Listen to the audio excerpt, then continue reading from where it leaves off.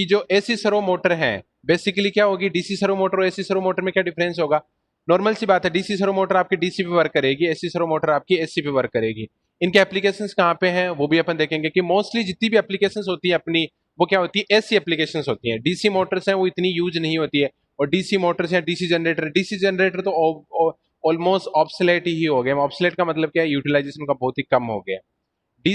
और DC Motors हैं उनका यूटिलाइजेशन होता है। उनका यूटिलाइजेशन क्यों होता है, क्योंकि अपने को जब अगर स्पीड कंट्रोल की बात आती है, अगर स्पीड कंट्रोल अपन बात करें तो अपन हमेशा क्या करते हैं, जो डीसी सर्वो मोटर है उनको अपन क्या करते हैं, प्रीफर करते हैं। ठीक है, कंपेरेटिवली इंडक्शन इंडक्शन मोटर हो गई या आपके सिंक्रोनस मोटर होगी, कंपेरेटिवली उनसे अपन डीसी मोटर को ज्यादा यूटिलाइज करते हैं, क्योंकि उनकी जो स्पीड है वो आप अच्छे से उसको रेगुलेट कर सकते हो, या स्पीड कंट्रोल आपकी डीसी मोटर्स की अच्छी तरीके से हो सकती है। ये लास्ट डे मैंने आपको जब डीसी मोटर पढ़ाया था तब भी मैंने बताया था, जो स्पीड रेगुलेशन है that is more in DC motors compare to induction motor और सिंक्रोनस मोटर्स। ठीक है, तो अपन एसी सर्वो मोटर की अपन स्टडी करते हैं। तो देखो बेसिकली आपको ई 306 के अंदर आपको जो पढ़ा रहे हैं सर जो भी, उसके अंदर आपको एक इंडक्शन मोटर पढ़ा रहे होंगे। वो तो इंडक्शन मोटर के अंदर आपको एक चीज मेरे को आप रिप्लाई करके कर दो मैसेज के थ्रू, कि इंडक्शन मोटर में उन्होंने क्या रोटेटिंग जो मैग्नेटिक फील्ड है, कि जब मैं सपोज करूं किसी भी इंडक्शन मोटर के 3 फेज सप्लाई लगाता हूं,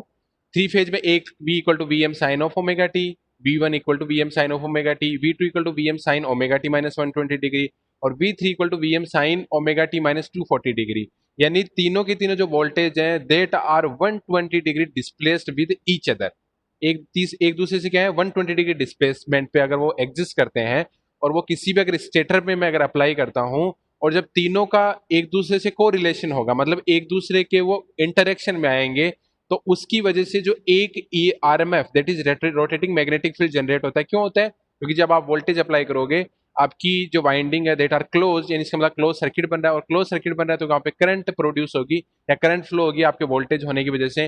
और उस करंट की वजह से क्या होता है आपका, ये कोई भी करंट कैरिंग कंडक्टर है हमेशा क्या करता है, अपने चारों तरफ मैग्नेटिक फील्ड को इंड्यूस करता है। तो V equal to V M sine of omega t लगाया है, तो उसके कॉरस्पॉन्डिंग फ्लक्स आया that is phi equal to phi M sine of omega t. जब आपने V equal to V2 sine of omega t लगाया, मतलब v M sine omega T minus 120 लगा रहा है, तो आपका जो फाई जनरेट होगा, इस वोल्टेज के कॉरस्पॉन्डिंग जो करंट आएगी और उसके कॉरस्पॉन्डिंग जो आपका फ्लक्स जनरेट होगा that is phi two equal to phi M sine omega T minus 120 degree. जब V three equal to V M sine omega T minus 240 degree लगाओगे, तो उसके क्रॉसपॉन्डिंग कोई करंट आएगी, और उस करंट के क्रॉसपॉन्डिंग कोई फ्लक्स आएगा, उसकी वैल्यू होगी आपकी phi three equal to phi M sine omega T minus 240 degree.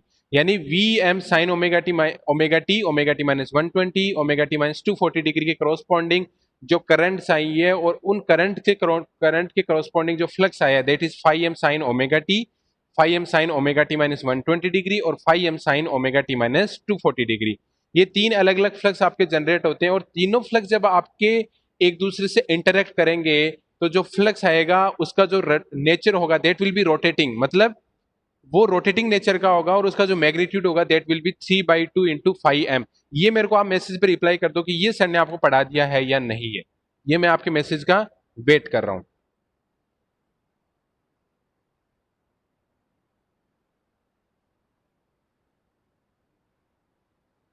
Okay, Shubham का मैसेज आया है कि हाँ सर ये हमारे को पढ़ा दिया है। तो ये बेसिकली क्या है कि जो इंडक्शन मोटर है उसका वर्किंग कॉन्सेप्ट है कि कोई भी इंडक्शन मोटर आपकी कैसे वर्क करेगी। तो उसमें क्या होंगे, तीन वोल्टेजेस आप लगाओगे 120 डिग्री स्पेस पे टाइम में होंगे वो। ठीक है, वाइंडिंग भी आपकी स्पेस में डिस्प्लेस्ड होगी, उसके क्रॉसपॉन्डिंग फ्लक्स आएगा, और उस फ्लक्स के क्रॉसपॉन्डिंग आपकी क्या होगी, जब उनका इंटरेक्शन होगा उन फ्लक्स का, तो आपकी जो नेट जो मैग्नेटिक फील्ड होगा that will be in the rotating nature, मतलब वो सर्कुलर होगा। तभी तो आपकी जो इंडक्शन मशीन है वो रोटेट करती है। वही रीजन है कि जो आपका फ्लक्स है वो आपका रोटेटिंग होता है, और वो रोटेटिंग मैग्नेटिक फ्लक्स होगा। रोटर के अंदर आपका ईएमएफ इंड्यूस होगा, ईएमएफ इंड्यूस होगा तो करंट होगा, और कोई भी करंट कैरिंग कंडक्टर आपके मैग्नेटिक फ्लक्स के अंदर रखा हुआ है, तो उसमें क्या लगता है, एक फोर्स वर्क करता है। That particular force is called as the Lorentz force. मैंने आपको सब चीजें आई थिंक लास्ट भी बताई है, अगर नहीं बताई है तो सर ने बताई होगी। ठीक है, तो लोरेंज फोर्स की वजह से आपका क्या होगा, वो आपका जो भी रोटर होगा that will be rotating in nature, और रोटेशन स्टार्ट कर देगा। तो ये तो मैं, ये टॉपिक ये मेरा नहीं है, ये टॉपिक मैंने जस्ट एक आपको कॉन्सेप्ट बताने के लिए या प्रिंसिपल बताने के लिए इसको यूज किया।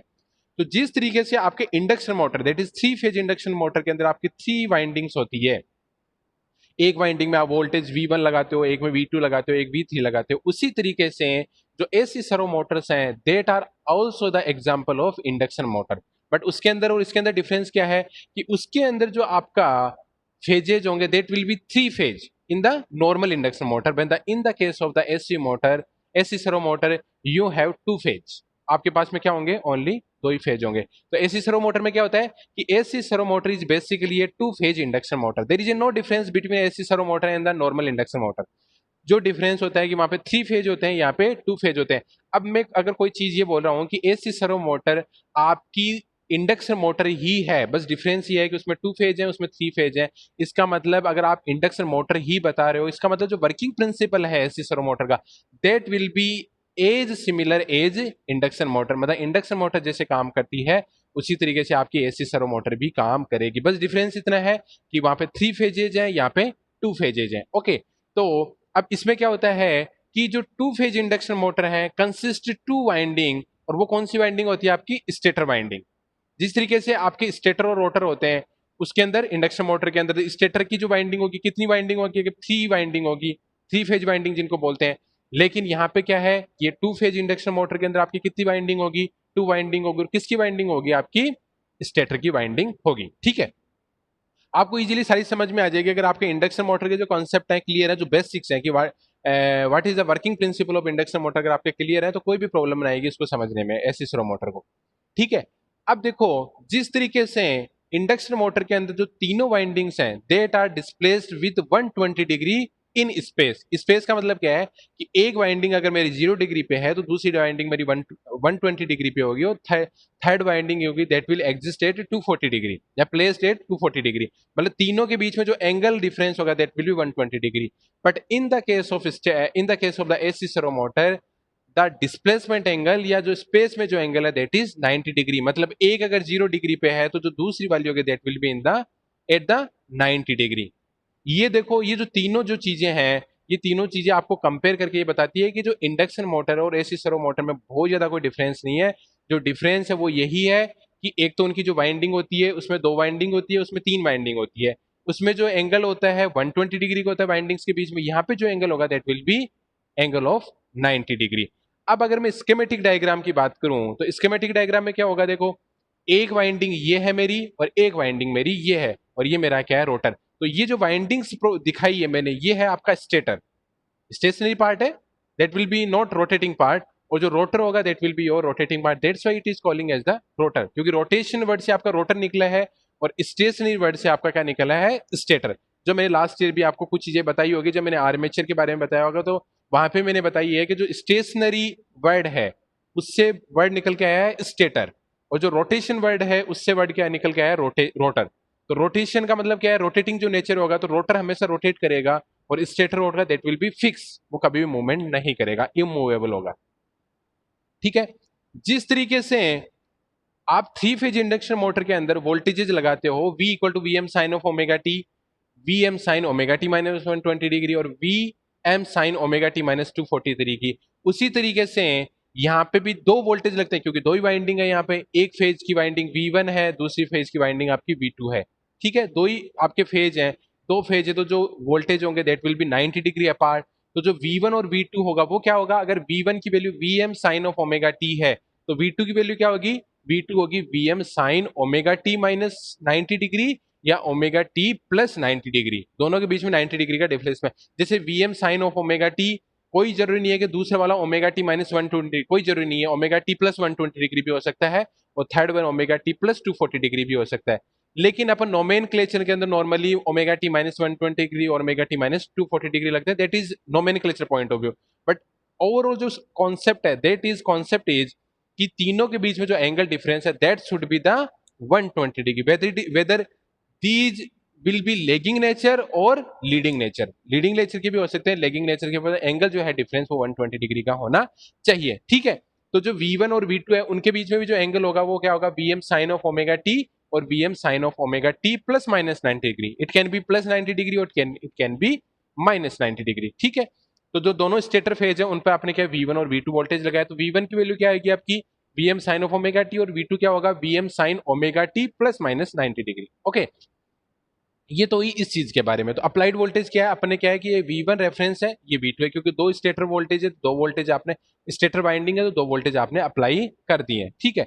अब देखते हैं कि अब क्या होगा कि because of the applied voltage, आपको क्या है इसके साथ साथ पैरेलल में जो इंडक्शन मोटर है उसका कॉन्सेप्ट आपको ध्यान रखना है। देखो, because of applied voltage current will start to flow. क्यों होगी करंट? क्योंकि आपका सर्किट क्लोज है। देखो आप सबका सर्किट क्लोज है, अगर आपने वोल्टेज यहाँ पे लगाया है, अगर वोल्टेज यहाँ पे लगाया तो ये सर्किट कंप्लीट है, क्योंकि वाइंडिंग में कोई भी आपका डिस्कनेक्शन नहीं है, कहीं भी आपका ओपन सर्किट नहीं है। वाइंडिंग अगर क्लोज है तो करंट फ्लो होगी, और आपको पता है कि current will start to flow और thus flux due to the current, क्योंकि अगर करंट प्रेजेंट है तो डेफिनेटली वहां पे क्या होगा, आपका फ्लक्स भी प्रेजेंट होगा, ठीक है। तो देखो आपने जब voltages V equal to V M sine of omega T और V2 equal to V M sine omega T plus minus 90 degree या कुछ भी लगाया है, तो उसके करस्पॉन्डिंग कोई करंट आएगी, और उस करंट की वजह से कोई फ्लक्स आएगा, तो जो फ्लक्स होगा that will be five one equal to five M sine omega t, and five two क्या होगा आपका five M sine omega T plus minus 90 degree. It can be 90 degree plus, अगर आपने वोल्टेज प्लस 90 डिग्री का लगाया है, और flux होगा five M sine omega T minus 90 degree अगर आपने वोल्टेज अगर माइनस 90 डिग्री लगाया। जिस हिसाब से वहां पे फ्लक्स क्या होता है, five M sine omega T, five M sine omega T minus 120 degree, five M sine omega T minus 240 degree, because your applied voltage is V M sine omega T, V M sine omega T minus 120 degree और V M sine omega T minus 240 degree. In the same manner यहाँ पे जो flux होगा V M sine omega T के corresponding five M sine omega T, और V M sine omega T minus 90 degree की जगह five M sine omega T minus 90 degree. But जो flux produce हो रहा है वो वोल्टेज की वजह से नहीं हो रहा है, आपकी करंट की वजह से हो रहा है। और करंट किसकी वजह से प्रोड्यूस हो रहा है, आपकी वोल्टेज की वजह से। और करंट क्यों प्रोड्यूस हो रही है, क्योंकि आपने वोल्टेज लगाया है और सर्किट आपका क्लोज है। अगर सर्किट क्लोज नहीं होगा तो करंट नहीं होगी, और करंट नहीं होगा तो आपका फ्लक्स भी नहीं होगा। तो फ्लक्स प्रोड्यूस हो रहा है करंट की वजह से। करंट क्यों प्रोड्यूस हो रही है, क्योंकि वोल्टेज अप्लाई किया है प्लस में सर्किट आपका कंप्लीट है, ठीक है। तो flux due to the current और simply called as the flux field. Flux या फील्ड एक ही चीज होती है, 90 degree apart in both the time and space. क्यों बोल रहा हूं, क्योंकि आपका जो वोल्टेज अप्लाई किया है दैट इज 90 डिग्री अपार्ट, तो जो करंट होगी वो भी आपकी क्या होगी, 90 डिग्री अपार्ट होगी। 90 डिग्री अपार्ट का मतलब एक दूसरे से 90 डिग्री के डिफरेंस में होगी। तो जो फाइनली जो वोल्टेज जो आपका फ्लक्स होगा that will be also 90 degree apart to each other, okay. तो अब क्या होगा कि जिस तरीके से five M sine omega T minus 120 degree, five M sine omega T minus 240 degree, तब तीनों इंडक्शन मोटर के अंदर तीनों के तीनों वोल्टेज, तीनों के तीनों जो फ्लक्स एक दूसरे से इंटरेक्शन करते हैं, तो जो फ्लक्स जो प्रोड्यूस होता है that have the magnitude of 3/2 φm और रोटेटिंग इन नेचर होता है। उसी तरीके से जब दो 90 डिग्री के फील्ड एक दूसरे से इंटरेक्शन करते हैं, तो जो मैग्नेटिक फील्ड जनरेट होता है उसका जो नेचर होता है that is also rotating nature. जिस हिसाब से तीन फील्ड 120 डिग्री अपार्ट होते हैं, एक दूसरे से रिलेशन अगर उनका इंटरेक्शन होता है, तो जो मैग्नेटिक जो उसका मैग्नीट्यूड होता है दैट इज 3/2 × 5m, और उसका जो नेचर होता है कि वो कौन से नेचर का होता है, वो क्या होगा आपका रोटेटिंग नेचर का। उसी तरीके से अगर दो फील्ड 90 डिग्री अपार्ट है, एक दूसरे से इंटरेक्शन कर रहे हैं, तो जो मैग्नीट्यूड होगा वो कुछ निकल के आ जाएगा, that is another issue. Magnitude is not important, but we have to consider that the finally जो आपका जो मैग्नेटिक फील्ड है उसका जो नेचर है that is in the rotating nature. वो क्या होगा, रोटेटिंग नेचर होगा। और आपको पता है कि अगर कोई भी चीज रोटेटिंग नेचर की अगर मैग्नेटिक फील्ड प्रेजेंट है तो क्या होगा, मैग्नेटिक फील्ड है वो आपके रोटर के साथ में इंटरेक्शन आएगा। अब देखो मैं बताता हूं कि अगर ये flux five M sine of omega T, ये flux five M sine omega T minus 90 degree अगर एक दूसरे से इंटरेक्शन कर रहे हैं, तो क्या होगा कि जो फ्लक्स प्रोड्यूस होगा that will B of the rotating nature. यानी जो यहाँ पे फ्लक्स प्रोड्यूस होगा वो कौन सा होगा, आपका रोटेटिंग नेचर का होगा। वो क्या करेगा, इस रोटर के चारों तरफ क्या करेगा, आपका रोटेट करेगा। और जब ये रोटर का जो मैग्नेटिक फील्ड है, ये स्टेटर का जो मैग्नेटिक फील्ड है, और जब आपके रोटर के कांटेक्ट में आएगा, रोटर के कांटेक्ट में आएगा, तो रोटर में भी क्या होगी, आपकी वाइंडिंग्स होगी। तो उसमें क्या होगा, अकॉर्डिंग टू फेराडे लॉ, कोई भी अगर करंट कैरिंग कंडक्टर है उसके अंदर अगर आपका मैग्नेटिक फील्ड अगर करंट कैरिंग कंडक्टर में कोई भी अगर कंडक्टर के कांटेक्ट में अगर आपका वोल्टेज सॉरी फ्लक्स आता है, तो वहां पे क्या होगा, आपका ईएमएफ इंड्यूज होगा, जिसको आप E2 से नाम देते हो। किसके केस के अंदर, आपके इंडक्शन मशीन के अंदर। और अगर E2 है और इसमें अगर वाइंडिंग है डेट आर शॉर्ट सर्किट है, तो उसके करस्पॉन्डिंग आपकी करंट क्या प्रोड्यूस होगी, that is I2, that is I2 current produce होगी, ठीक है। और करंट अगर प्रोड्यूस है, फ्लक्स आपका प्रेजेंट है, करंट आपकी प्रेजेंट है और आपका फ्लक्स प्रेजेंट है। फ्लक्स कौन सा है? ये फ्लक्स जो कि मैं रोटेटिंग नेचर का बता रहा हूं। करंट कौन सी है आपकी? I2। जब फ्लक्स और करंट एक दूसरे से इंटरेक्शन करेंगे, फ्लक्स और करंट एक दूसरे से इंटरेक्शन करेंगे तो क्या होगा? आपका टॉर्क प्रोड्यूस होगा, और टॉर्क प्रोड्यूस होगा तो क्या होगा? आपका रोटर रोटेट करना स्टार्ट हो जाएगा, ठीक है। तो जब क्या करते हैं कि रोटेटिंग नेचर का होता है और उसकी वजह से क्या होता है? आपका मैग्नेटिक फील्ड स्टार्ट हो जाता है, और इसकी वजह से क्या होता है? As the field comes in contact with rotor, rotor के कांटेक्ट में जब फील्ड आता है तो क्या होगा? वोल्टेज इंड्यूस होगा रोटर के अंदर, उसके कोरोस्पोंडिंग करंट आएगी, और करंट प्रोड्यूस होने से क्या होता है? करंट जब the rotating magnetic field interact with this current, क्योंकि वोल्टेज प्रोड्यूस हुआ, वोल्टेज से करंट प्रोड्यूस आई किसके अंदर? रोटर के अंदर। और रोटर की जो करंट है मैग्नेटिक फील्ड के साथ इंटरेक्शन कर क्या करती है? टॉर्क प्रोड्यूस करती है, और वो टॉर्क प्रोड्यूस क्या करने से क्या होता है? आपका जो रोटर है डेट स्टार्ट टू रोटेट, वो क्या करता है? Rotor start. तो देखो बेसिकली जो सर्वो मोटर है, इंडक्शन मोटर से कुछ भी डिफरेंस नहीं है। सर्वो मोटर और induction motor both are similar. The main difference between these two is, first one is आपका जो फेज है वो 2 होते हैं, इसमें 3 होते हैं।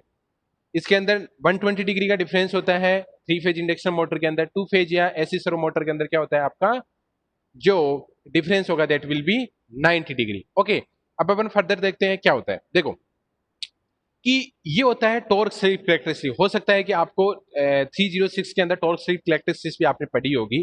तो देखो ये जो टॉर्क स्लिप कैरेक्टरिस्टिक्स है that is your induction motor, जो अपन नॉर्मल इंडक्शन मोटर या 3 फेज इंडक्शन मोटर आप यूज करते हो उसकी ये है। कौन सी? ये वाली टॉर्क ऊपर वाली जो दिख रही है ए वाली, यहाँ पे मैंने जो ए आपका इंडक्शन मोटर भी लिख रखा है।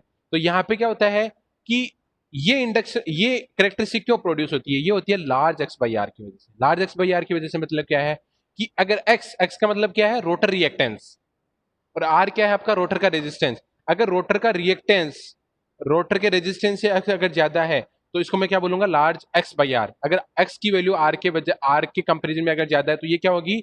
ओवरऑल जो वैल्यू होगी, यानी लार्ज एक्स बाई आर का मतलब क्या है कि जो रेशियो है उसकी वैल्यू लार्ज है। लार्ज का मतलब एक्स की वैल्यू लार्ज का मतलब नहीं है। यहाँ पे मैं बोलता हूं कि एक्स अपॉन वाई की वैल्यू लार्ज है, इसका मतलब कि एक्स अपॉन वाई का जो रेशियो है दैट इज लार्ज। ओके, तो ये large x by r ratio अगर ज्यादा होगा, यानी एक्स की वैल्यू अगर आर से ज्यादा होगी तो इंडक्शन मोटर का आपका करेक्टरिस्टिक्स ड्रॉ होगी। कौन सी? Torque slip. टॉर्क और स्लिप, स्लिप या स्पीड एक ही चीज होती है, क्योंकि N equal to N S bracket में 1 माइनस एस, तो S equal to N S minus N upon N S, यानी स्पीड हो या स्पीड स्लिप हो कोई प्रॉब्लम नहीं है। स्पीड या स्लिप बेसिकली एक ही चीज है देखी जाए तो, ठीक है, क्योंकि स्पीड स्लिप होती है आपकी N S minus N upon N S, यानी synchronous speed minus actual speed upon synchronous speed. और अगर मैं स्लिप की स्पीड की बात करूंगा, rotor speed that is equal to N S bracket में 1 माइनस एस, तो एन एस क्या होगा? Synchronous speed, 1 minus S, S क्या आपकी स्लिप। तो there is no difference between slip and speed, यानी आपका टॉर्क स्लिप बोलो या टॉर्क स्पीड बोलो देट आर सिमिलर। तो ये तो होगी आपकी लार्ज एक्स बाई आर की वजह से। लेकिन इंडक्शन आपके एसी सर्वो मोटर में क्या होता है कि जो रेजिस्टेंस की वैल्यू है वो आपके एक्स की बजाय ज्यादा होती है। That is the main difference between induction motor and the आपके एसी सर्वो मोटर में। एसी सर्वो मोटर में क्या होगा? रेजिस्टेंस की वैल्यू, आपकी रोटर रेजिस्टेंस की वैल्यू आपके रोटर रिएक्टेंस की वजह से की बजाय ज्यादा होगी, तो यहाँ पे जो रेशियो होगा एक्स बाई आर का वो क्या होगा? आपका स्मॉल होगा। लेकिन in the case of the 3 phase induction motor x की वैल्यू आर की बजाय ज्यादा होती है, लार्ज होती है, ये जो रेशियो होगा लार्ज होगा। तो ये जो करेक्टरिस्टिक होगी that will B induction motor characteristics. Okay, तो यहाँ पे जो करेक्टरिस्टिक जो बी दिख रही है आपको, बी करेक्टरिस्टिक दिख रही है, ये क्या होंगी? कौन सी होगी? आपकी एक्स बाई आर की वजह से होगी, और ये कुछ लीनियरली होगी। तो अगर आपको एग्जाम के अंदर, यहाँ तो नॉर्मली नहीं पूछेंगे, लेकिन अगर मान लो किसी इंटरव्यू में आप जाते हो, वहां आपको अगर अगर ये करेक्टरिस्टिक्स बता ड्रॉ कर दी जाए किसी भी एग्जामिनर के द्वारा, और ये ड्रॉ कर दी जाए, अगर आपको ये पूछा जाए कि ये बताओ कि इनमें से कौन सी तो इंडक्शन मोटर की है और कौन सी आपकी सर्वो मोटर की है, तो आपके माइंड में क्लिक होना चाहिए कि अगर large x by r ratio है तो आपकी करेक्टरिस्टिक ड्रॉ होगी कुछ इस तरीके से, और अगर small x by r ratio है तो उसमें क्या होगी? करेक्टरिस्टिक कुछ इस तरीके से ड्रॉ होगी। या आपको वो भी पूछा जा सकता है कि मान लो ये तो इंडक्शन मोटर की है और आपकी ये सर्वो मोटर की है, तो ये क्यों होती है? तो आपको पता होना चाहिए कि large x by r ratio की वजह से होती है, यानी इंडक्शन मोटर के अंदर रोटर रिएक्टेंस है उसकी वैल्यू ज्यादा होती है रोटर रेजिस्टेंस की वजह से की बजाय। लेकिन in the case of servo motor आपकी रेजिस्टेंस की वैल्यू है that is more compare to your rotor reactance. तो क्या डिफरेंस हो गया आपके कि रोटर सर्वो मोटर के अंदर जो रिएक्टेंस की वैल्यू है वो कम होती है थ्री फेज इंडक्शन के कंपेरिजन में, लेकिन रोटर रेजिस्टेंस की वैल्यू सर्वो मोटर में ज्यादा होती है कंपेरेटिवली आपके इंडक्शन मोटर के अंदर। तो आपके देखो इस पर्टिकुलर डायग्राम से आपके 2 या 3 क्वेश्चन आपके फ्रेम हो सकते हैं। हो सकता है एग्जाम के अंदर नहीं पूछा जाए आपके, लेकिन किसी इंटरव्यू के अंदर आपको पूछा जा सकता है। तो आपके ये कॉन्सेप्ट क्लियर होना चाहिए, ठीक है। तो इन नॉर्मल मोटर में क्या होता है कि जो एक्स बाई आर रेशियो है वो जनरली हाई होता है, और टू फेज सर्वो मोटर के अंदर जो डिफरेंस होता है वो क्या होता है कि rotor of the servo motor is build with high resistance so that its x by r ratio is small, because r की वैल्यू अगर आप बढ़ा दोगे, आर की वैल्यू अगर बढ़ा दोगे तो जो एक्स बाई आर रेशियो वो भी क्या हो जाएगा आपका कम होगा, क्योंकि ये तो आपका किस में है डिनोमिनेटर में, ओके। और रोटर रेजिस्ट जो इसका जो रोटर कंस्ट्रक्शन होता है वो स्क्विरल केज का टाइप का होता है। स्क्विरल केज का मतलब जो स्क्विरल होती है उसकी केज, गिलहरी का जो केज होता है उस तरीके का ही होता है, या इसको ड्रे ड्रे का भी स्ट्रक्चर भी अपन बोल सकते हैं, जैसे डंबल शेप होती है उस टाइप की भी आपकी बन सकती है। तो इसमें क्या होता है कि इसका जो डायमीटर होता है वो रोटर का बहुत ही स्मॉल है। ये मैं बात कर रहा हूँ रोटर सर्वो मोटर के रोटर की, कि जो डायमीटर होता है बहुत ही स्मॉल होता है।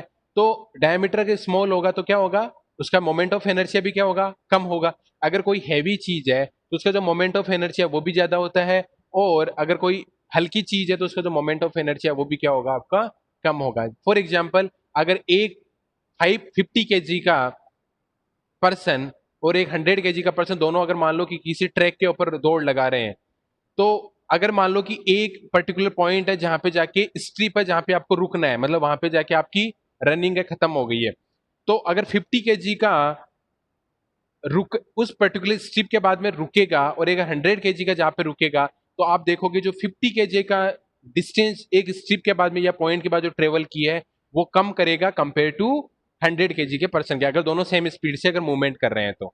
उसका रीजन क्या है कि जो 50 केजी पर्सन है उसका जो moment of energy that is small compare to 100 KG person. 100 KG का जो मोमेंट ऑफ इनर्शिया होगा वो ज्यादा होगा, तो मोमेंट ऑफ इनर्शिया अगर ज्यादा होगा तो वो ज्यादा डिस्टेंस ट्रेवल करेगा एक पॉइंट के बाद में, और जो 50 केजी का पर्सन होगा वो क्या करेगा आपका कम करेगा। तो अगर डायमीटर आपका कम है तो उसका क्या होगा, रोटर का जो मोमेंट ऑफ इनर्शिया वो भी कम होगा। तो इसलिए जो ऐसी सर्वो मोटर्स हैं वो वहां पे यूज की जाती हैं जहां पे लो पावर एप्लीकेशंस होती हैं, मतलब जहां पे स्पीड फास्ट की नीड होती है और पावर उनका लो होता है, मतलब लो पावर के अगर कोई किसी लोड को अगर रोटेट करवाना है तो ऐसी सर्वो मोटर्स यूज की जाती है। और इंडक्शन मोटर वहां पे यूज की जाती है जहां पे आपका हाई लोड एप्लीकेशंस होती है, या जहां पे हाई अमाउंट ऑफ लोड या हेवी लोड से उनको रोटेट करवाना होता है, तो वहां पे इंडक्शन मोटर काम आएगी। और लो पावर या स्मॉल अगर लोड है उनको अगर रोटेट करवाना है तो आपको क्या करना होगा, आपका स्मॉल जो मोटर्स हैं वो काम है। जैसे नॉर्मली जो खिलौने हैं, आपके बच्चों बच्चों के खिलौने देखे होंगे, टॉयज देखे होंगे जिनके अंदर कोई रोबोट है या कोई आपकी छोटी कार है या कोई ट्रक है, बच्चों के आपने देखे होंगे। उनके अंदर जो नॉर्मली यूज की जाती है that are the servo motors, क्योंकि वहां पे लो पावर एप्लीकेशंस हैं, उनका बहुत ही हैवी बहुत ही आपका लाइट लोड है उसको मूवमेंट करवाना है, तो वहां पे जो मोटर्स होंगी वो कौन सी होंगी, आपकी सर्वो मोटर। लेकिन अगर मान लो कि आपकी कोई ट्रक है, बड़ा ट्रक है, कोई आपका लगेज ट्रक है या कार्गो ट्रक है या कोई बस है, वहां पे जो मोटर्स होंगी that will B induction motor हो सकती है, हो सकता है वहां पे सिंक्रोनस मोटर्स भी हो सकते हैं, इंडक्शन मोटर जो है डीसी मोटर हो सकती है, या आपको paper making company paper making है या जो भी बड़ी बड़ी इंडस्ट्रीज है वहां पे जो मोटर्स होंगी वहां पे इंडक्शन मोटर्स होंगी, वहां पे कभी भी सर्वो मोटर्स आपको यूज नहीं होगी। तो नॉर्मली जो रोबोट होते हैं, छोटे रोबोट्स मतलब आपके जो बच्चों के खिलौने होते हैं, टॉयज, चिल्ड्रन टॉयज जिनको बोल सकते हैं, उनके रोबोट होते हैं, उनकी कार होती है, ट्रक होते हैं, उनके जो भी आप देखते हो बहुत सारी मार्केट में चीजें अवेलेबल है, उनके डिफरेंट टाइप के टॉयज हैं, उनके अंदर मेनली आप एसी सर्वो मोटर या डीसी सर्वो मोटर को यूज करते हो। यानी डीसी सर्वो मोटर या एसी सर्वो मोटर वहां पे यूज की जाती है जहां पे लाइट लोड है, उनको आपको उन पर एप्लीकेशंस होती है या जिनकी स्पीड आपकी फास्ट होती है। लेकिन जहां पे हैवी लोड या आपकी स्पीड की रिक्वायरमेंट अगर कम होती है या फास्ट स्पीड की नीड नहीं होती, वहां पे अपन क्या यूज करते हैं, नॉर्मल इंडक्शन मोटर या थ्री फेज इंडक्शन, वहां पे सर्वो मोटर यूज नहीं होती है। अब देखो फर्दर जो मैंने स्केमेटिक डायग्राम बताया था आपको ये वाला, उसी का ही मॉडिफाइड वर्जन है, कुछ भी ज्यादा डिफरेंस नहीं है। ये एक फर्दर मैंने और स्केमेटिक डायग्राम बनाया है जिसके अंदर क्या है, ये वोल्टेज मैंने V1 बताया है और ये मैंने V2 बताया है। ये रोटर है, कुछ भी ज़्यादा डिफरेंस नहीं है। ये V1 वोल्टेज, इसको अपन रेफरेंस वोल्टेज बोल देते हैं या रेफरेंस फेज बोल देते हैं। रेफरेंस वोल्टेज या जिस फेज पे आपने लगाया दैट इज रेफरेंस फेज, और दूसरा होता है actuating signal that is V2। Okay, जिसको अपन ET भी बोलते हैं। ये VR है, रेफरेंस वोल्टेज है, ये आपका एक्चुएटिंग सिग्नल है। जब दोनों वाइंडिंग्स है उनका जब इंटरेक्शन होगा, दोनों वाइंडिंग्स का जब इंटरेक्शन होगा तो क्या होगा, आपका रोटेटिंग मैग्नेटिक फील्ड जनरेट होगा, और उस रोटेटिंग मैग्नेटिक फील्ड की वजह से क्या होगा, आपके यहाँ पे वोल्टेज जनरेट होगा, रोटर के अंदर करंट आएगी, और करंट आएगी तो क्या होगा, वो करंट आपके रोटेटिंग मैग्नेटिक फील्ड से इंटरेक्शन करेगी, और फाइनली क्या होगा, आपका ये रोटर है, रोटर स्टार्ट हो जाएगा रोटेटिंग करना। तो ये कुछ भी ज्यादा डिफरेंस नहीं है, वो मैंने एकदम नॉर्मल बना दिया था, और ये क्या है, मैंने प्रॉपर नोमेनक्लेचर के साथ में रेफरेंस फेज और एक्चुएटिंग सिग्नल के बारे में। और ये है आपका सर्वो एम्पलीफायर। देखो ये सर्वो एम्पलीफायर क्या करेगा, आपके वोल्टेज हैं उसको बूस्ट अप करेगा, बस इतना ही इसका काम होता है। ये अगर इसको -90 डिग्री या +90 डिग्री का अगर फेज शिफ्ट करना है तो वो भी इसके थ्रू अपन कर सकते हैं, एम्पलीफायर के थ्रू। ठीक है, तो this is the complete about your AC servo motor. तो होपफुली आपको एसी सर्वो मोटर समझ में आया होगा, क्योंकि एसी सर्वो मोटर में और इंडक्शन मोटर में कुछ भी डिफरेंस नहीं है। मेन डिफरेंस है वो मैं बता चुका हूँ, फिर भी मैं एक बार रिपीट कर देता हूँ। एसी सर्वो मोटर के अंदर आपके 2 फेजेज होते हैं, इंडक्शन मोटर के अंदर 3 फेजेज होते हैं। एसी सर्वो मोटर के अंदर जो वाइंडिंग्स होंगी that will be 90 degree apart with each other, but in the case of the induction motor they are apart with 120 degree. जो फ्लक्स जनरेट होगा वो 90 डिग्री अपार्ट होगा, आपके सर्वो मोटर के अंदर, इंडक्शन मोटर के 120 डिग्री होगा। इसके अंदर भी जो आपका जो फ्लक्स होगा that will be in the rotating nature, और इंडक्शन मोटर का जो होगा वो भी क्या होगा, रोटेटिंग नेचर का होगा। जो मेन डिफरेंस है वो ये है कि इसके अंदर रिएक्टेंस की जो वैल्यू है इंडक्शन मोटर के अंदर वो ज्यादा होती है कंपेरेटिवली आपके रोटर के resistance, but in the case of servo motor आपका जो रोटर रेजिस्टेंस है उसकी वैल्यू ज्यादा होगी कंपेरेटिवली आपके रोटर रिएक्टेंस की। तो इसकी जो करेक्टरिस्टिक बनेगी टॉर्क स्लिप या टॉर्क स्पीड वो इस टाइप से होगी, और इसकी क्या बनेगी, कुछ इस टाइप से बनेगी। फिर एक चीज आई थी कि जो रोटर का रेजिस्टेंस है वो ज्यादा होता है इसके केस में, और रोटर का जो डायमीटर होता है वो कम होता है। तो रोटर का डायमीटर कम हुआ तो उसका जो मोमेंट ऑफ इनर्शिया वो भी कम होगा, और अगर मोमेंट ऑफ इनर्शिया कम होगा तो जो इसकी स्पीड होगी दैट विल बी गुड।